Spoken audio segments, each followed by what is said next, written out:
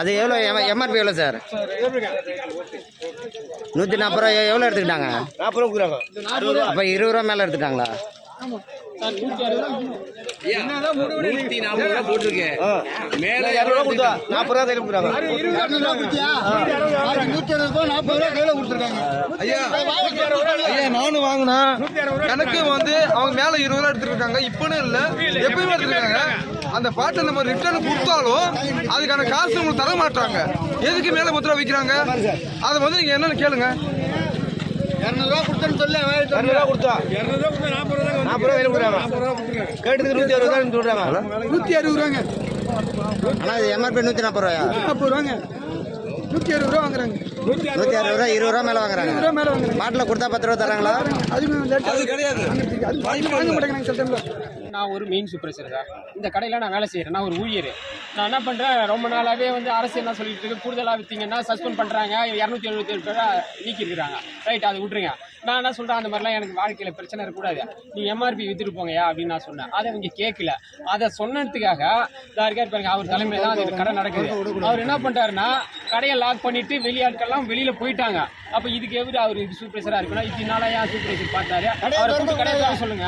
அவர் ராமதாஸ் அவர் வந்து கடையை திறக்க போறாங்க. நீங்க போய் அவர்கிட்ட கேளுங்க, அந்த பேட்டி கேளுங்க. ஏன் கடை எதுக்காக கடை சாத்தி போனாங்க? அதுதான் அவர் தான் கேட்கணும். காரணம் அதான் ஆளு வச்சு பார்த்தாரு, அவங்க சாத்திருக்காங்க. எதுக்காக சாத்தினீங்கன்னு கேளுங்க சார். அதை போயிட்டு எடுக்க ஒரு கடைக்கு அவ்வளவுதான்.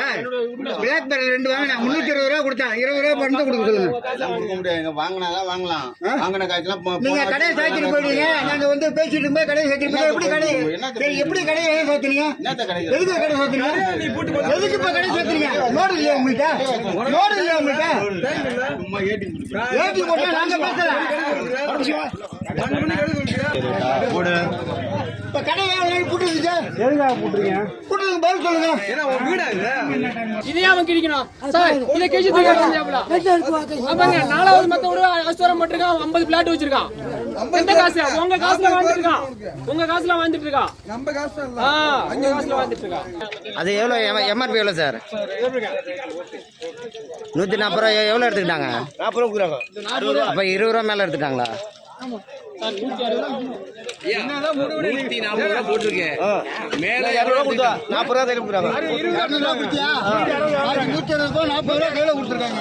ஐயா நானும் வாங்கினா எனக்கு வந்து அவங்க மேல 20 ரூபா எடுத்துருக்காங்க. இப்பன்னு இல்ல எப்பயுமே எடுத்துருக்காங்க.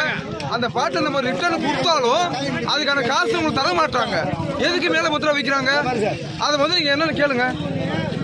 200 ரூபா கொடுத்தேன்னு சொல்லி 200 ரூபா கொடுத்தா 40 ரூபா கையில கொடுக்குறாங்க. கேட்டதுக்கு 160 ரூபா சொல்றாங்க. 160 ரூபாங்க. ஆனால் இது எம்ஆர்பி 140 ரூபாயா? 40 ரூபாங்க. 160 ரூபா வாங்குறாங்க. 160 ரூபா 20 ரூபா மேலே வாங்குறாங்க. பாட்டில் கொடுத்தா 10 ரூபா தராங்களா? அது கிடையாது. வாங்க மாட்டேங்கிறாங்க சில டைம்ல.